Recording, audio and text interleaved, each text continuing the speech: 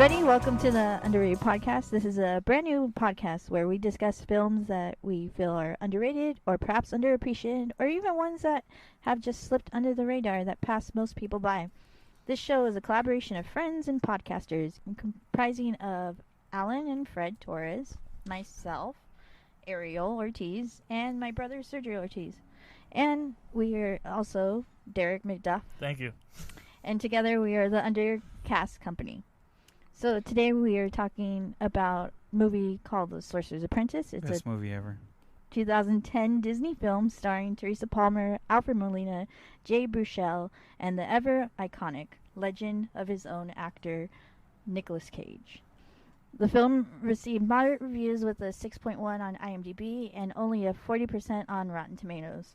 All things considered, though, with a $150 million budget, it did make it back, the money back, making it a little over $215 million worldwide. Given that this was both a Disney and a Jerry Bruckheimer film in the midst of the high points of Pirates of the Caribbean and the other Nick Cage classic of National Treasure, that probably might have been a simple thing to do. But for me, I feel it actually delivers a bit more. Unlike National Treasure, this one seems to fall under the radar. It's an enjoyable movie that builds on the classic Fantasia iconic film that it got its name from and general premise. It's about a novice sorcerer's apprentice who is a bit over his head and combines it with the other classic story of Merlin and his fight against Morgana, and of course, science. Hey, Derek, can you cue in right here? Yes. She blinded me with science. Please, for a soundbite, she blinded me with science. We're just going to use that. That was perfect right there. Science. We got the science. That was good. So yeah, I didn't already started. All right, well, thank you. Yeah, I didn't know it was based on Fantasia. I saw the scene. That's the mop scene. The mop scene, I was like, yeah. Are they referencing themselves? My dude, it was called Sorcerer's Apprentice, isn't it? Like kind of give you that. No, yeah, but I didn't think it was specifically that. Like I thought it was an original IP. I see. I want to mention though. What by do you the way, guys think of the movie overall? Well, we want to say by the way, it actually flopped at the box office. When you consider marketing, that's why they were building up for a sequel. Never got a sequel. It was even put on number 1 on the top 10 box office flops of 2010 so far by Parade magazine. So it was not doing super well financially, even though it, like you said, it had all these things going for it, like Nick Cage and the man with the lightning hits the tree, Jerry Bruckheimer. Mm-hmm. Yeah, so I feel like overall it could have been received better. I think it kind of like got overcompassed by the other Nick Cage movie that was around the time of National Treasure. Con Air? Well, it opened at number 3. It opened behind Inception and Despicable Me, which I actually like both those movies, but had some stiff competition. But I loved the movie. I don't know about you guys, but it was just peak Nick Cage for me. Like I'm a big Nicolas Cage fan. I know a lot of people don't. He's not their thing, but I think Nicolas Cage, because he's not a traditional method actor. Like he's not a Daniel Day-Lewis or like a If I may interject, I believe he's full method, full crazy method. When he comes and he hits hard, he's crazy. It's magic. But he's more in line with other kind of like styles. Like he's really inspired by German expressionism and like kabuki and a lot of weird shit that isn't really like mainstream film. Okay. And that's why he is God. And that's why I think he works so well in this movie, because sometimes he doesn't really work super well in movies because it'll be like a kind of more serious movie and the people around him are more serious. But when you have a movie where he's like, a 12,000-year-old sorcerer who's just, he's kind of lost his mind a little bit because he's been trapped in a jar for 10 years as well with, Alfred Molina. I think it works really fucking well, and his weird-ass performance totally works in support of this movie. Yeah, I think despite all the jokes and the memes that surround him, Nick Cage is actually a pretty good actor that has like a huge range in his acting. I think his range goes from yelling to yelling even louder. Well, I'd say from Ghost Rider to Noir Spider-Man to a mullet-haired One Punch Man in Con Air. Really? Oh yeah, that's right. No, One Punch Man. One Punch Man. No, I'm not gonna lie. I think where he got his inspiration, I think this is the theory. You know that scene in Batman where Michael Keaton is with the love interest and the Joker comes in to kind of interrupt it? And Michael Keaton's like, "You want to get nuts?" Yes, I think it's that scene. I think he just watched that movie and was just like, I want to get nuts. Well, I'm gonna get nuts in every feature film. Because he was fucking crazy in Vampire's Kiss, and that came out before Batman, I want to say. I've never seen it, so I don't know. Okay. I'll check that. All right, up next for the podcast. Yeah. That'd be a good topic. Well, I recommended this movie. I recommended... Thank you. The Sorcerer's Apprentice for the underrated. Good call on that one, Sergio. Thank you. But one thing that you have to remember that it is from Disney. And this is, I mean, would you consider, like, I wouldn't consider just, like, the whole story of Merlin. Disney knocked it out of the park. All right? Yeah. It's the best movie ever. And again, another banger. It's not. Move over, Pixar. Here comes Nicolas Cage. Yeah, and by the way, I just checked. Move Vampire's over. Kiss came out in 1989, same year as Batman '89. Oh, it did? See, yeah, there you go. He was doing the right, crazy shit right around before the it same came time. out. Right before it came out, he was like, Michael Keaton, I like that. It's exactly what I'm going to do But I think for every movie. I think that's the whole point of like Disney. I think it might actually happen even more now this year they have like 19 movies coming out at the same time, that there's going to be these instances with it's a Disney movie, so of course it's probably going to be pretty good, but there's going to be these ones that come under the radar because there's so much coming out. And yeah, that's what I was saying, is that this isn't really, I mean, unless you count the Disney name, it's not really tied to any sort of property. Well, I mean, Fantasia, but it's in not, name only. It's not advertised, really. That's right. They only do a fireworks show for it every night. Yeah. And that is a stellar sequence from the Fantasia. That's the one everybody remembers from Fantasia, the Sorcerer Apprentice scene. Somebody... And it's very, very loosely based on that. Excuse me, don't throw my boy Trinabog under the bus. That was the most infamous scene from Fantasia, right? No, it felt like somebody had an idea. They got an idea from Fantasia to make it a contemporary story, which it is. It's set in like modern day New York. It's very New York-ish, and I love it just because it's how modern it is and how it felt like somebody had an idea and Disney let them do it. Well, I think it was like they had an idea. They're like, okay, somebody's like, we've got this thing that people know, Sorcerer's Apprentice. Let's make that into a movie. You know, whenever people get the idea to make this whatever like small property into a full feature-length movie, usually doesn't turn out that well. And I think the script is like, nothing to, write home about. Like, it's very just kind of generic hero's journey. But you have these actors in it that elevate it to that next level. That the performances in this movie really kind of take this story and make it something great.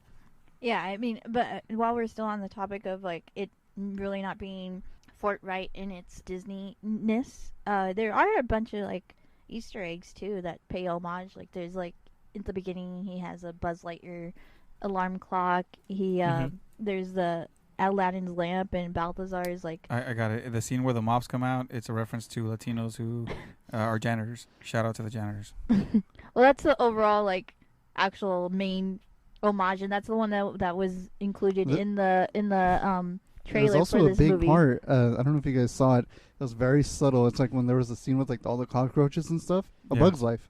Oh, really beautiful. If you look down, you can see that. What's that one bug's name? The main one? Flick. A Bug's Life. Flick. That's his name, right? A Bug's Life. Yeah. They're all called A Bug's Life. A Bug's Life. Yeah, you see that. You see that guy, and then what was that other movie that came out that wasn't Bug's Life? Oh, Ants. Starring starring that cockroach who was in it. He was in the cockroach from nice. Papa Roach. Shout out to Papa Roach wherever they are. No, but like for that since we're talking about that homage, it was actually pretty good homage. Like it got down to like Jay Baruchel's David's wardrobe. He was wearing like a red sweater and blue jeans to kind of mimic Sorcerer's make. Yeah, and then he put the hood on too. Like on the whole thing. He had the hood on, so I thought I've got a date in a couple hours, Nicolas Cage. What am I gonna do? I've got to clean up. I don't know. And it's little. Wanted to do that. It's little details like that you can tell that whoever was in charge of making this movie, did care about it. That's and right. Otherwise, they wouldn't have left in those little. They went out of their way to add those little nuances in there. That's right. Because you said he's from New York, right? That this would take place in New York. All he was missing was his Tim's, dog. When he had that hoodie on, all he was missing was those Tim's, and then he'd be set. Yeah, those were not the correct shoes. No. I know. Like those shoes were supposed to give him like electricity or whatever. These are old man shoes. Old man shoes. Yeah, he needed but you know what? He needed Tim's. If he wanted some street cred. Tim's. Timberlands. I'm white. Oh, okay. Tim's. Yeah, no. If he needed some hood you gotta cred, explain this shit to white people. Because if he's gonna be a hood magic man, because that's where they are in New York. Maybe the Bronx, shout out to them. We're the West Coast over here, but shout out to them. You need your Tim's. West Coast, dude. What are you talking about? But like I felt like it was actually it being set in New York was actually a really good thing because of how diverse in cultures and things like that New York is. So it kind of played into the whole storyline, especially with them going to Chinatown and when the I did like that. Oh, The the Mortal China- Kombat scene? Yeah. That guy was straight out of Mortal Kombat. Mhm. Oh my god, Is that that was what- amazing. Shang Tsung, Liu Kang, which one do you think? Kung Lao. Ooh, Kung Pao Chicken. Got him. Kun Lung. Okay. Oh, The dragon. let's not even go there because you're opening wounds that hurt. But yeah, overall, I think that it was just, I liked it. It was just a really good telling of the classic hero's journey.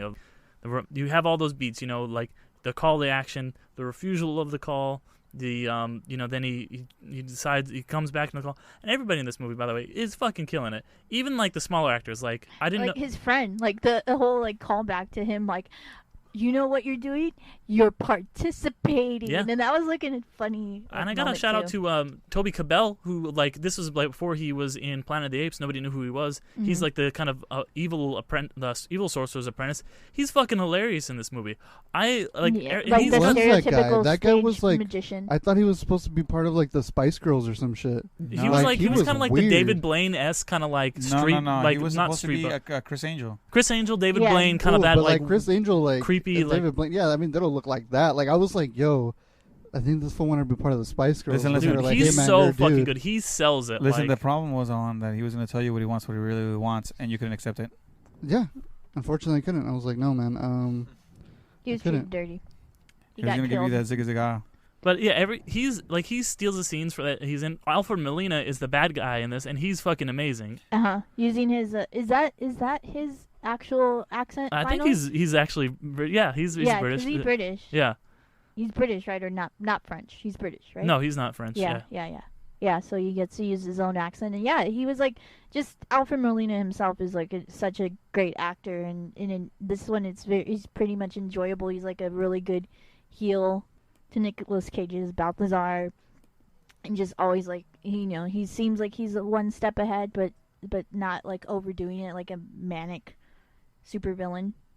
He just is that. So it's pretty. It was it's the reason why it's one of my favorite under the radar kind of Disney movies for sure.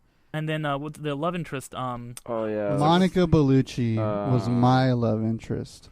Tell she him. was So so you're just gonna bomb. talk about Nick Cage's lover? Tell him. yeah, Tessa Palmer, she's really good. She's I like whenever she shows them stuff. Listen, I don't want to. I don't want to interject, but you guys have been missing the star of this whole movie, and that was the metal eagle that they fly. That Metal Eagle, I know. that was Because- dope. That was listen, ridiculous, but I love it. Because listen, if he wasn't there to catch Nicolas Cage when he jumped off that building, he would be dead, right? Doesn't he fly them a couple different times? Oh, Like, he's Yeah. like the their unsung magic hero. carpet. He was the unsung He's hero. like their magic never carpet. never gave him a name. Never acknowledged him. So you know what? Yeah, they never gave him He's a gonna get a name. name today. No. And Empire State Building Steelbird. Yo, That was his name. It was in the credits. I saw. Pidgeotto, Just Steelbird. Scammer, Hey, we just gonna call him Steel. Skarmory? Scammer, yeah. Steel, watch out, Superman! Here comes He Steel. was going to Paris at the end. I was gonna call him the taking on Falcon Zord, Paris. but that's cool too. So True. talking. Oh, that was an homage. Sorry, that was an homage to To the Power Rangers. to the Power Rangers Shout out to- movie. Shout out to the Power Ranger movie with the Falcon Zord. If it wasn't for that, this Falcon would never exist. The Joke Explained podcast. Thank you. Heck yeah, we've been all over the fucking So- place with this podcast. So Just like the magic that's out of this world, so is our topics. Well, magic is physics actually, Magic and science, yeah. And I like that. Like, yeah, I being do a- like being that. a That it's the scientist same kind of myself, beat as like it was a year before Thor did the kind of same thing where magic Mhm. is science and science is magic. They're kind of indistinguishable. They work together. I like that both sides Whoa, were like. and they're both from Disney. Ooh, there Actually, it that is. was when Thor was still under Paramount or something else, but still. I like Yeah. that they were both like accepting of that. Like, oh yeah, well, Yeah. yeah, it's science is I- magic. I love that There's trope, Space yeah. for both.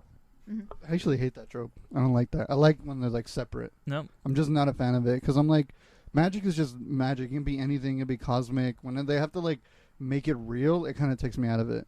Like I thought it was kind of cool for this movie. it worked, and because they're kind of like it's in this movie. It's kind of like magic, kind of is science. They're still separate things, but they do work together. Like science still has, or magic still has to follow the laws of science, and I like that.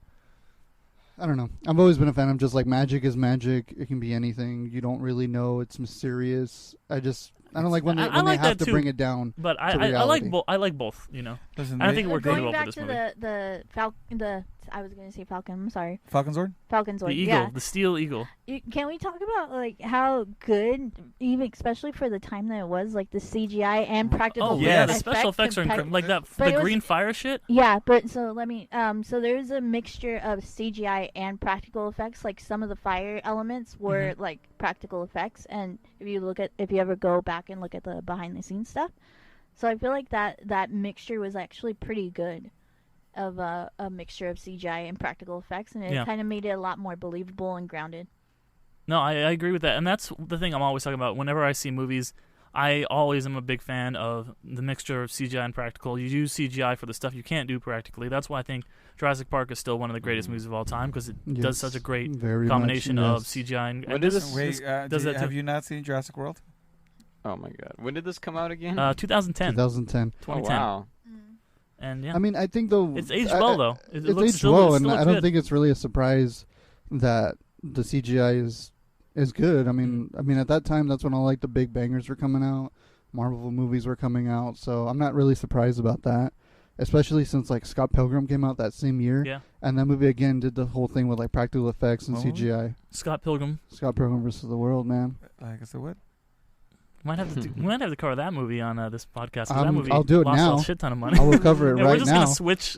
This is now about somehow beat it at the box office, and I was like, "What the fuck?" All I gotta say to this is, if you haven't seen The Sorcerer's Apprentice, I don't know what you're doing. It's something that needs to be watched. Like honestly, it's such a good movie that my kids that are haters with a lot of movies have actually been watching that movie like 24/7 for the last 3 days after I watched it. I mean, day and night, and they're upset that because I only rented it through like Amazon, right? Mm-hmm. They're mad that it's gone now. And it's cheesy, but it's like fun cheesy. Especially being like a Disney fan. If you're a Disney fan, you'd find very much appreciate that. Like they kind of like that's one of my favorite parts is that they took like this small story that is well known to, especially to Disney fans of the Sorcerer's Apprentice. It's like it's classic Mickey, but then they kind of like took it in a different direction that you wouldn't have thought about in a way. Yeah, because it is like that kind of. I think it's like PG-13, so it's not like kids can watch it, but it's not kiddish. Okay, but it's PG. It's not PG, and that surprised me. But it's not. Yeah, it's not super kiddish. You can like watch this movie as an adult. Like they imply killing a kid off screen. They fucking kill a guy. The guy, Alfred Molina's character, like this dude honks at him, and then he's just like, "Get out of my way!" And then he throws knives right at him, and I was like, "Holy shit!" That was intense. Alfred Molina is not fucking around in this movie, guys. No, he tells him break yourself, fool, and then he shoots him. Yeah, he does. He's like, "Yo, I'm gonna go Doc Ock on your ass." That's right. Yeah. I'm not gonna lie. I was a little bit worried when the prologue started. It's just like this voiceover, and it's cheesy. I was like, "This isn't great." I forgot about that prologue. The prologue is bad. So first off, it's cringe. It's real cringe. First of all, that child peeing himself was not part of the whole movie. Okay, that's not the prologue. That's not the prologue. Can we start off real fast? So can we go into like now what everybody thought? Sorry to interrupt. Yeah. Because now we're going to be like dissecting every scene. But I think what we should do is, Junior, since you picked it out, can you give us your how you felt about it? Why you picked it? Talk about how you're a doppelganger. Overall. Don't worry. Alfred Molina is my more handsome doppelganger, so don't even trip. God, I wish it was Alfred Molina after watching that movie. I guess I'm Jay Baruchel. I've never heard how to pronounce that guy's fucking last name. Baruchel? I think it's Baruchel. Anyway, so after my overall like analysis of it is basically just like, well, it's a good movie, and I think where it flaws in the more technical sense of it, it makes up for it in heart, and this movie does have heart, which is good to see, and especially in a smaller Disney movie. It's not tied to any brand, and it's not trying to really please anybody that much. I feel like they had an idea, and then they wanted to make that idea, and casting wise, it's really perfect. Nicolas Cage, of course, is Nicolas Cage, but at the same time, he's not. As always, that's Nicolas Cage. Always doing something different, that guy. And yeah, like I said, the technical flaws of it. There's some editing choices. There's some scenes that I wish that weren't there, and just like there is a lot of cheese, but that lot of cheese does come from the heart. It's not forced or anything. And, there's just naturally cheesy characters and a naturally cheesy story. The cheese came from the heart, not from real cows. Real California cows.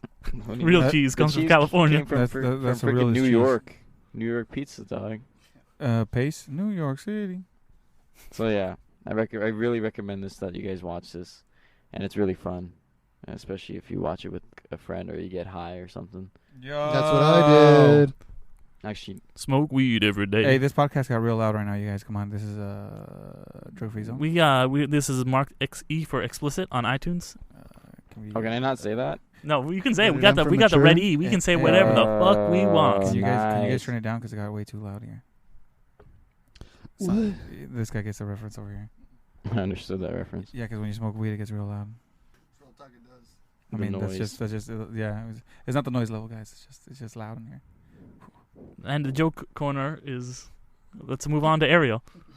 No, for me it is like I was saying, like it is one of my favorite Disney movies that you don't really know about. Like the only reason like we actually went to watch in the movie theaters was because we're big Disney fans, and so we knew that this was coming out, and I'm like, oh, of course we're gonna watch. And it's just a very enjoyable, easy movie to just watch and like enjoy, and especially it has elements where it's very refreshing in the characters of like Jay Baruchel. Even though like he is reluctant, he is overall accepting of it. Like, all right, let's go, let's do this kind of thing. There's no like of that worn out trope of like, no, like I can't, this is weird. He's like, all right, let's I accept what's going on. Let's go on and move it. I want to say he does refuse it at first a little yeah, bit. but it's like for 10 minutes, and then he takes down a dragon, and then he's like, oh yeah, let's do this thing and stuff. That was mostly Nick Cage. Like he just smacked like Liu Kang's like belt,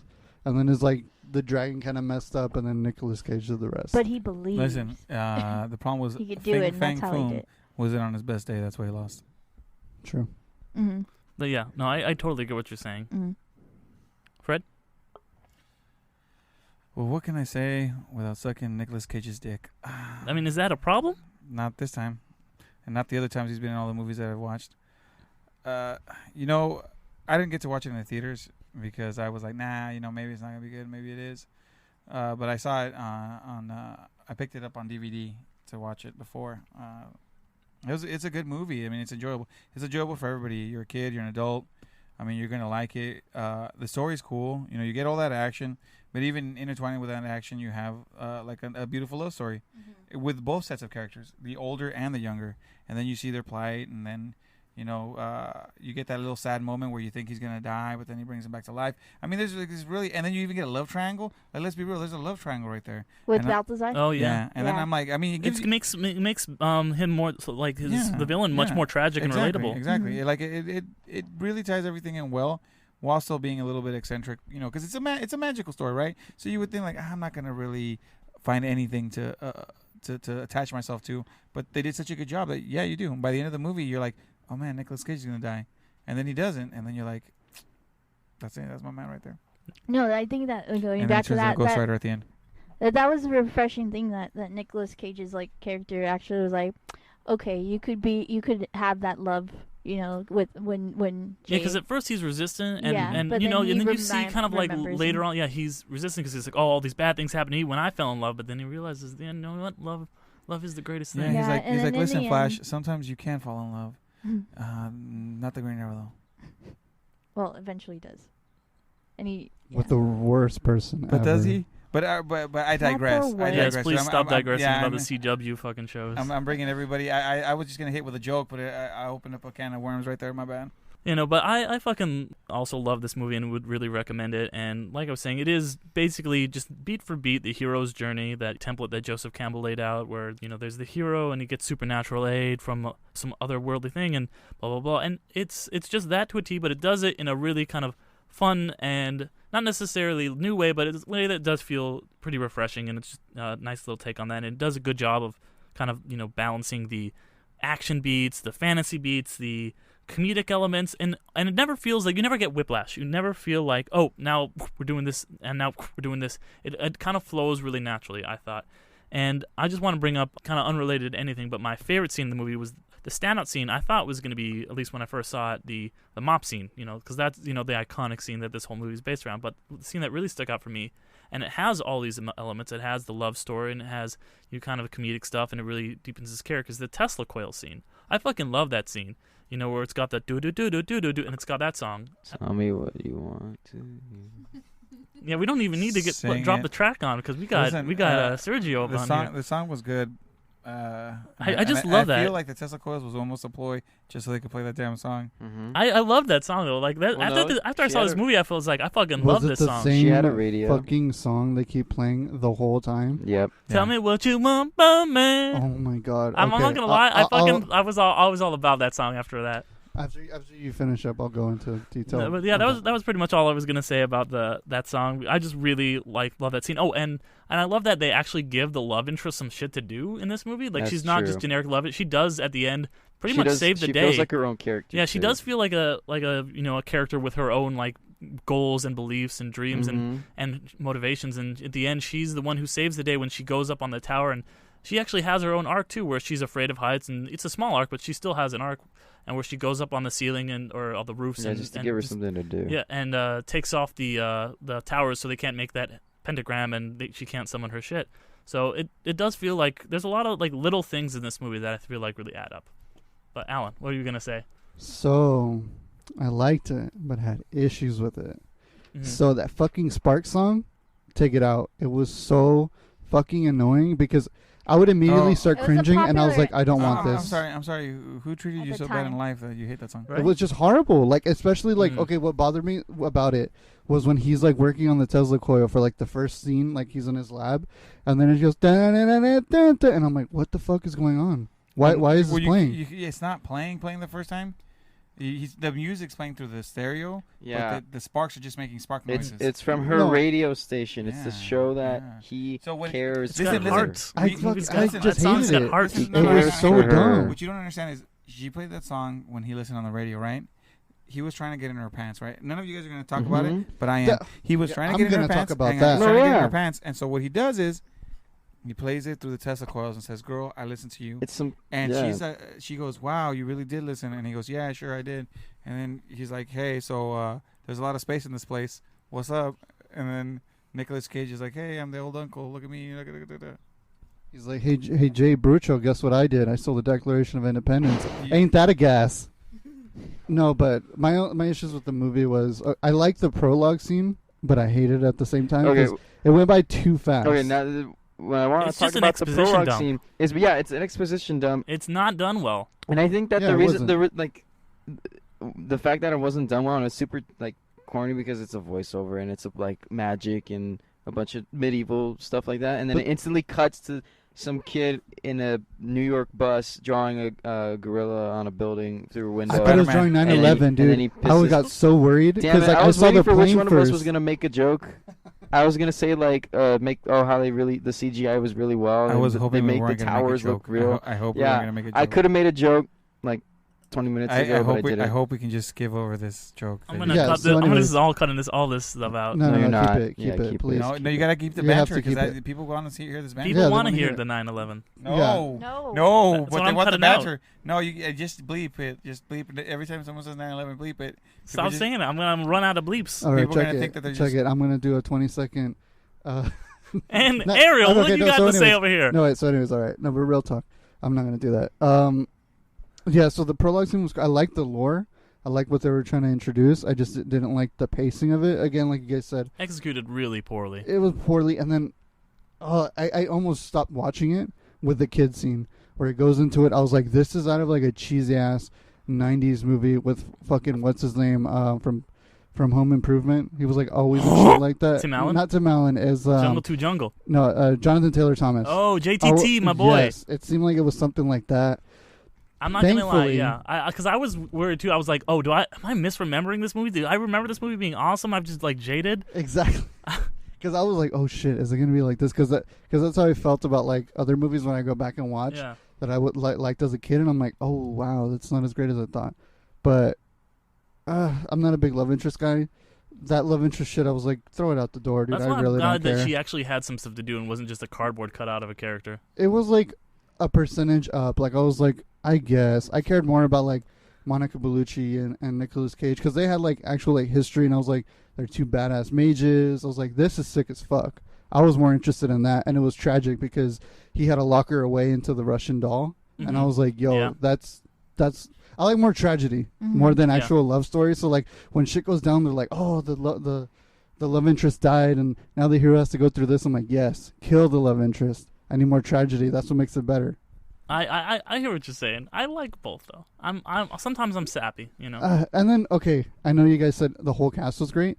Jay Baruchel, fucking hated him. Really? He was horrible. I thought he played off Nicolas Cage so well. He's just like, no, unless you want to turn into a pig that just loves physics, and he's just like, I don't know about it. I thought they worked really well together. For me, it was like watching two different movies at the same time. Whenever they were on screen together, Nicolas Cage is just carrying the scene, and then Jay's just like, hey, I hang out with all like the Judd Apatow guys. Did you see me? And this is the end. And I'm like, oh my god, you shut the fuck up. You're gonna see me, and this is the end in like 3 or 4 years. Yeah, and I don't know why I'm famous. Oh my god. Other than that, I really enjoyed Dragons, it. Dragons, Toothless. Best movies ever. Best movies ever too. Thank you. This is the end of the shit. I loved it. Don't hate him. Yeah, so that's much. a good fucking movie. I just didn't care about him. Don't Like hate I him was so like, much. this Don't hate guy's him so much. whack. My brothers fucking hate that guy, and I always get into this debate with them because I actually think he's really funny, but my brothers just like fucking can't stand him. Let's keep that debate offline. That's how I kind of felt. Is But it the voice? I think it's gonna go down. not the voice. I just didn't care for him. Like I was like, they could have had somebody else because in he that position. embodies the man who's on a quest for coochie, and that's why he uses magic. I was not gonna say coochie. I was just gonna say he's just another kind of generic everyman. Who's it was not a generic everyman. Generic, like kind of like. Well, I guess he's like he's just that nerd who just kind of has this call to greatness. Thrust upon him. All right. Yo, But nonetheless, thrusting upon somebody. But nonetheless, we all enjoyed the movie. No, I enjoyed the hell of it. Yeah, my last thoughts. I think nobody here has anything bad to say about the movie. If you haven't seen it, go check it out. Like I said, you get a 5-star, 5 stars from us. It's a I wouldn't movie. say 5 stars. Well, no, I mean like enjoyment. It was I'm good. not saying like I'm saying you're gonna enjoy it. You're gonna enjoy it. I'm just saying go watch it. I know that there's times where you'll be like, oh, Nicolas Cage is too much, or all this actor. No, you know what? It's a good movie. If you go in with it to enjoy this movie, you're actually gonna enjoy it. Now you can always debate everything else about it, but you will. In my opinion, I believe you will come out enjoying it. Yeah, it's solid. Yeah, It's a solid movie. I'm not saying I didn't like it. I just had my own opinion, how everybody's like, I'm saying, like, that was my only little nitpick. But other than that, I know there's going to be people out there that are going to see maybe one individual actor and say, I'm not going to watch it because of that guy. But I say, you know what? Give it a shot. I really do think that at the end of when you're done, you're going to be like, yeah, it wasn't that bad. I enjoyed it. It's a pretty it's an enjoyable movie. Like it doesn't deserve the reputation that it has. I think a lot of people like really look down on this movie and think it's just kind of like kiddie nonsense, but it's really a lot better than that. And it's not like the greatest fucking movie of all time, but I think that it is definitely worth a watch. I would really recommend this movie to pretty much anybody. I don't see any group that I wouldn't recommend it to. So to put it in Disney terms, go and enjoy this diamond in the rough. Yeah. Of a Disney movie. Well, and guys, one thing we always like to talk about at the end is, do you guys see this movie's reputation changing? Do you guys think that it might, kind of over time? I think as you show it to more kids and to the next generation, I think it will become hopefully a classic. I think so. I saw it on Amazon. I saw some of the reviews. It seems like it's getting better reviewed on Amazon. I know it's just one place of many, but it seems like people are enjoying it now. I don't know if it's parents for kids or actual adults enjoying it. That could be enjoyed by both. Yeah, it's something that what I was saying is I don't know who's purchasing it or renting it for who, if it's the adults for the kids or the adults for themselves. But it does seem that it is getting somewhat. I'm not saying it's 10 stars, 5 stars, or whatever. It's the highest praise. But it does that people tend to give it a better praise than they did. Do you think it's going to kind of pick up? I think it's going to become like a little cult and a classic in its own right. Okay. And I think, too, with it going to be in a couple months in November, it's going to be widely available to anybody who wants to just watch it on Disney+. Yeah, and you know what? Disney Plus is going to blow that movie up. I think there's another one we're going to talk about a couple podcasts here that's going to be on Disney+, and I'll probably mention the same thing. But I do think that's honestly a lot of these Disney movies from the past, they're going to start becoming a lot more popular with Disney+. People are going to discover all these ones that have been under the radar and underlooked and swept under the rug. They're going to get their second chance on Disney+. All right. Yeah. Well, thank you. Thank you for listening, everybody. Hit that subscribe button on your podcast app to make sure that you're always notified when a new episode of this show comes out. And every other Monday. Yeah, and continue to hear it continue to hear us babble. And please, if you are willing, give us a rating and a review. Shoot us those 5 stars. Really helps us and lets us know what exactly you'd like to hear from this podcast going forward. and we could also get better with your help. Yeah, and just tell a friend. Mm-hmm. You know, that's the best way to grow a podcast. Just if you like what you hear, just tell somebody to give us a listen. Yep. And also one last thing, I think I brought it up probably through text with the group chat, but if you guys are thinking of if you guys out there who listen feel that you know of an underrated movie, comment on it. Let us know. Maybe we'll take a look, because we're always open to new ideas. We're always looking for new stuff. And maybe one day we can actually sit down and look at all the things that you guys write down for us. Yeah. I mean, we can just have an episode of just like talking about the films that you guys commented, and we can be like, hey, maybe we'll do a podcast on that. Write a review. Just a kind of a little, or podcast send us an email, audience kind of interaction, Yeah, send us an email at undercastcompany@gmail.com, and we'll check it out. And I think that's a really good idea, Alan. Mm-hmm. Yeah. So once again, we're the Undercast Company. We're made up of myself, Ariel, and my brother Sergio Ortiz of Nerd Incorporated. That's at Nerd Incorp on Instagram. Alan and Fred Torres from District 6. District 6. Shout out to us. I just want to say that if it wasn't for our mothers and our fathers getting together, that sounded kind of weird. Movie. That sounded weird. Well, not with themselves, but I'm saying like my mom and my dad and his mom and his dad. We wouldn't be here today. So shout out to parents, because it's Mother's Day soon. So shout out to the moms for. Although by this time this airs, it'll probably be after Mother's Day. Yeah, but it's we're letting you guys in. We're just letting. We're if it wasn't for our mothers birthing us through their canal, we wouldn't be here today speaking through these mics. This is the Science Podcast with Fred. Yeah, shout out to the seamen out there. And finally, Derek McDuff, who I also guest starred on his Marvel podcast, Infinity Stones and Dragon Bones, where we most recently had an incredible discussion on Avengers Endgame. Sick invite. Spoiler alert, I ended up being I did invite you. You couldn't come. I know. Fucking around. I know. Spoiler, who's not fucking around this guy alert. over here? What? No spoilers of... No, it's not anything. Spoiler alert. I ended up being right about certain things about the picture of the MCU. Look, I was right. We were talking about afterwards. Listen, look, right after the movie. Spoiler alert, it's the multiverse, and here go. Can't wait, because that's what's gonna happen. And I'm gonna cut all that out. Yeah, that's a massive I'm spoiler. gonna cut all that shit out. Did you guys not hear that they said Monday officially was cool to say shit?